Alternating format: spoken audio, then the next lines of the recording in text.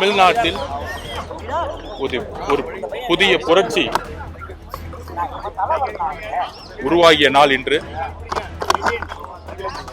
மன்னராட்சியின் ஒழிக்கப்பட்ட நாள். எங்களுடைய வாக்கு சதவீதம் 40% தொடுன்னு சொல்லிட்டு இருந்தோம்.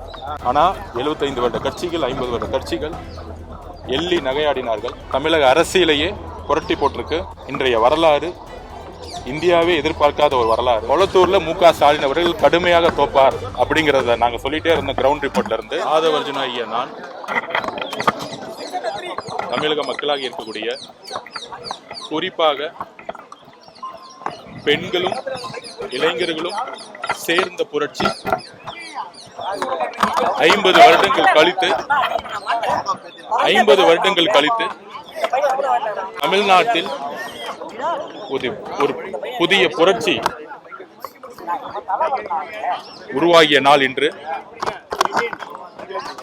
மன்னராட்சியின் ஒழிக்கப்பட்ட நாள். பிறப்பால்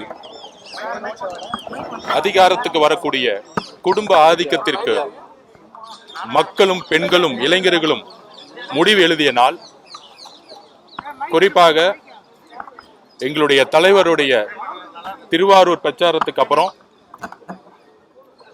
திமுகவுடைய குடும்பமும் திரு மு.க. ஸ்டாலின் அவர்களும் கரூரில் எங்களுடைய குடும்பத்தில் 41 உயிர்களை இழப்பதற்கு ஒரு முக்கிய காரணமாக இருந்த நொடியிலிருந்து தமிழக பெண்களும் இளைஞர்களும் இந்த திமுகவுடைய கொடுமையான ஆட்சிக்கு முடிவு கட்டக்கூடிய ஒரு நாட்களை எண்ணிட்டு இருந்தாங்க. எங்களுடைய தலைவர் அவர்களுடைய பிரச்சாரத்தை முடக்கினாங்க. தொலைக்காட்சிகள அவதூறுகளையும் செய்தி நிறுவனங்கள்ல தமிழக வெற்றி கழகம்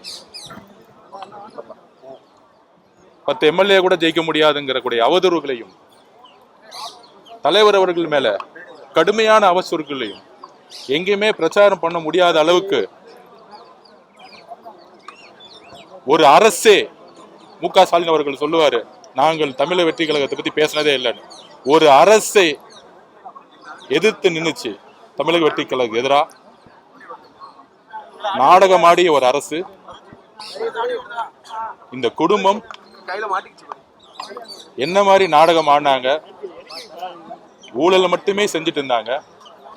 அதெல்லாம் கரூரிலிருந்து எங்க தலைவர் விஜய் அவர்களை எந்த அளவிற்கு விமர்சனங்களும் எந்த அளவிற்கு அவமானங்களும் ஏற்படுத்தினார்கள் தெரியும். தமிழக மக்கள் ஒரு மாற்றத்தை உருவாக்க போறாங்கன்னு நாங்க 6 மாசமா சொல்லிட்டு இருந்தோம். எங்களுடைய வாக்கு சதவீதம் 40% தொடுன்னு சொல்லிட்டு இருந்தோம். இது களத்துடைய நிலைப்பாடுன்னு சொல்லிட்டு இருந்தோம். ஆனா 75 வருட கட்சிகள், 50 வருட கட்சிகள் எள்ளி நகையாடினார்கள்.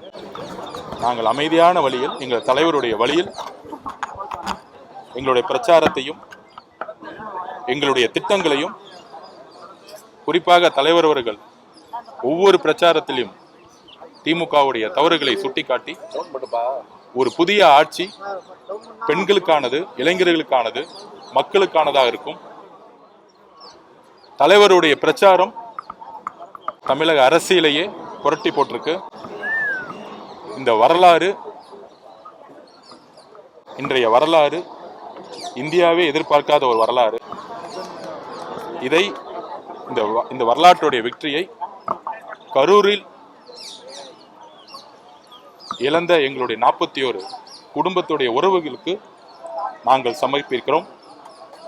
எங்களுடைய தலைவர் விஜய் அவர்களுக்கான வெற்றி எங்கள் மீதும் எங்கள் வேட்பாளர்கள் மீதும் பெண்கள் எங்க தலைவரை ஒரு பையனா, ஒரு மகனா, அண்ணனா, தம்பியா, ஒரு உணர்வுபூர்வமான ஒரு நம்பிக்கையான தலைவரையும் வேட்பாளர்கள் எல்லாரையும் தன்னுடைய குடும்பத்தில் ஒரு உறவுகளா பார்த்ததுனாலதான் இன்னைக்கு தமிழக வெற்றி கழகம் ஒரு மாபெரும் வெற்றியை பார்த்திருக்கு.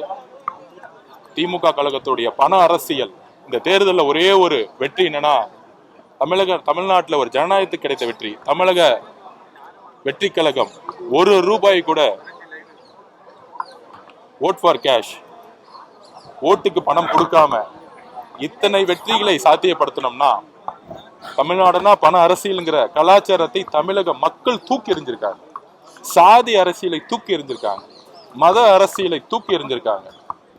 இதையெல்லாம் சாத்தியப்படுத்திய எங்களுடைய தலைவர் விஜய் அவர்கள் மக்களுடைய உணர்விலையும் நம்பிக்கையிலையும் ஒரு பெரிய உணர்வு ரீதியா ஒவ்வொரு குடும்பத்திலும் இருக்கிறாருங்கிறத இன்னைக்கு தமிழகம் உணர்ந்திருக்கும். எல்லா செய்தி நிறுவனங்களும் உணர்ந்திருக்கும். பத்திரிகையாளர்களும் உணர்ந்திருப்பாங்க. திமுகவுடைய பண அரசியல், குடும்ப அரசியல், வாரிசு அரசியல், மன்னராட்சி தூக்கி எறியப்பட்ட நாள்.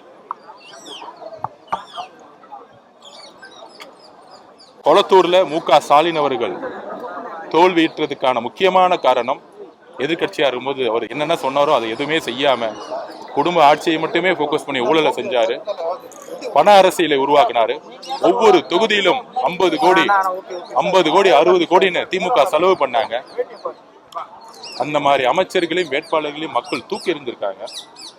இந்த வெற்றி தமிழக பெண்களா இருக்கக்கூடிய எங்களுடைய அம்மா, அக்கா, தங்கை எல்லோருக்கும், இளைஞராக இருக்கக்கூடிய அண்ணன், தம்பி எல்லோருக்கும், எங்களுடைய தலைவருக்கும் சமர்ப்பிக்கிறோம்.